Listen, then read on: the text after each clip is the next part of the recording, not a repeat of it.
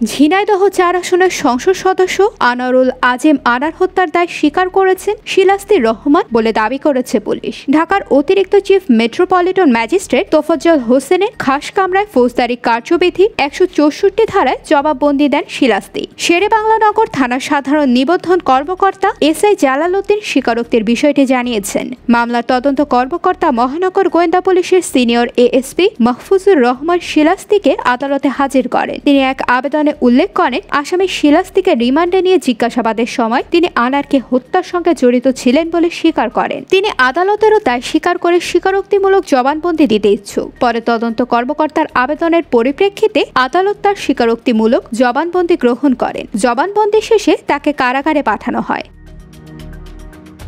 আদালত সূত্রে জানা গেছে, শিলাস্তি রহমানকে দীর্ঘক্ষণ সময় দিয়ে জবানবন্দি লিপিবদ্ধ করা হয়। সুস্থ স্বাভাবিকভাবে শিলাস্তি স্বেচ্ছায় জবানবন্দি দিয়েছেন বলে ম্যাজিস্ট্রেট বিবৃতিতে উল্লেখ করেন। এ মামলায় আমানউল্লাহ আমান ওরফে শিমুল ভূঁইয়া ওরফে মাহমুদ হাসান শিমুল, শিলাস্তি রহমান ও তানভীর ভূঁইয়াকে ৫ দিনের রিমান্ডে নেওয়া হয় গত ৩১ মে। এর আগে গত ২৪ মে ৩ জনকে ৮ দিনের রিমান্ডে নেওয়া হয়। ৫ দিনের রিমান্ডের মেয়াদ শেষ হওয়ার আগে শিলাস্তি স্বীকারোক্তিমূলক জবানবন্দি দিলেন। অন্য দুজন ডিবির হেফাজতে রয়েছেন।